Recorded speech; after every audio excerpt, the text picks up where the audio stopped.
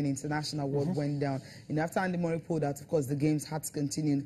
Edmond, I mean, beating Shapovalov, that was, for me, the stun of the day. Yeah, it was. I mean, British fans, obviously. Murray leaves, Edmond next best thing for them, defeating Canada's Shapovalov. Well, it's surprising, you ask me, because I do consider, I rate Denis Shapovalov highly, and I understand that you lose matches along the way, but then again, I wasn't expecting him to lose to Edmond, but something for the British fans to cheer anyway. I don't know how far Edmond's going to go, but at least something to soothe the pain of knowing that your brightest prospect, which is Andy Murray, it's probably not good. Probably, in Yemi's words, not good to be in the first two Grand Slams, probably, of the year. Right? So, I mean, so that's something to cheer for them. Yeah, something to really share. But Edmond actually struggled at first, but then somehow was able to save 5 out of the 6 break points to overcome the opponent in 2 hours, 30 minutes. That was a long, very one. But what matters is that he was able to win at the end of the day. Another player that was also in action at the Brisbane International had to deal with John Millman. I mean, when you look at this guy, you'll be like, okay, who is he? But then you will see him knowing that Millman is another player to really watch out for, you know, at the Brisbane International. For him to be able to, like, just shock Peter Polaski 7-6, 6-love, you know, at the Brisbane International shows that this is a star. You just have to watch out for and see how far he will go in this tournament. I mean, you look at stuff like this, I mean, these are indicators, good yardstick to measure, you know, the progress level of some of these players.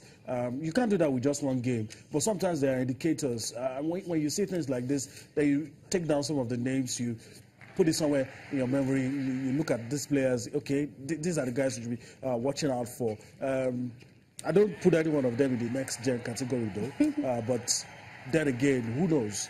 I mean, we've seen some guys unheralded just burst into the scene. No one gave them, you know, any chance, and they just come in there. So all of these things, tournaments, especially a tournament that is supposed to herald the big one. So if you do well there, you might just be taking that form into the big one if you qualify for the Australia Open anyway. So those are the things, and we'll see what happens in that one. So we leave Brisbane and it's a Hopman Cup. Yeah.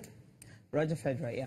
But before we talk about Roger Federer, you know, he won his singles earlier. Let's talk about Switzerland. Okay, Switzerland is all right. It's not all about Roger Federer, but forgive Cecilia and I. Anytime we talk about Switzerland, you talk about the Swiss maestro. Yeah. But he had some help. Yeah, of course, he had some help. I mean, he was good in the first singles game against Kachanov. But then it was Belinda Bencic, I mean, the one who just came on and decided to have a go at another Russian, talking about, okay, this is the game between Pavlyuchenkova and Belinda Bencic. This one ended at 6-1, 3-6, 6-3. I think she really had to battle hard in this one to be able to beat the Russian, because Anastasia, she wasn't really letting go easily. But after losing that first set 6-1, the second set, you know, after winning the first set 6-1, the second set, Pavlyuchenkova, you know, had to bounce back, winning 3-6 before, you know, Bencic had to, like, just win that one, and then they were already up in that, and then he not teamed up with Roger Federer later. Roger Federer actually here,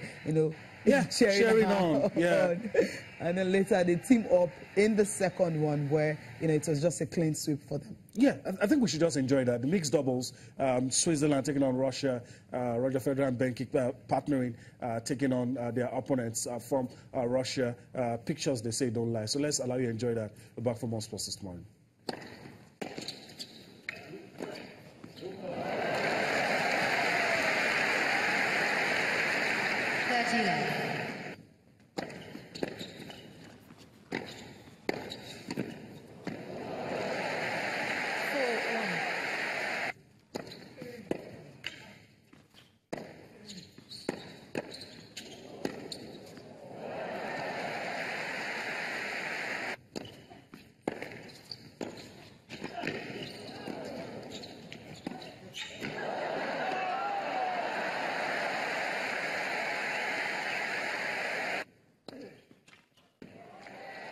Russia challenging the call.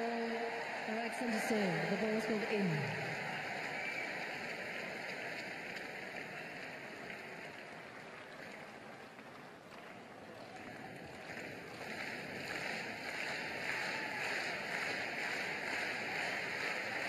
Then it's a national serve. 4-3, 3-4-4.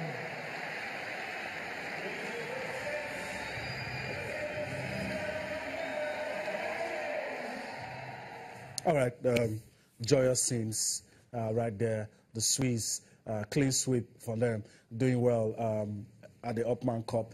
And we'll see how far they can go as the tournament progresses. All right, let's go to the rings now. We leave the courts, we go to the rings and talk about the man of the moment, Britain's Anthony Joshua. Well, we're not saying, talking about him because he has anything to do with Nigeria, just in case you're thinking that's why we're talking about him this morning. But we're talking about him this morning because the WBA are saying that if his fight with Joseph Parker does not happen, then he has to face Russia's Alexander Povetkin because they consider him to be the next in line for that belt. Cecilia, I'm hoping the situation doesn't get complicated. Remember Tyson Fury was holding 3 belts at one time.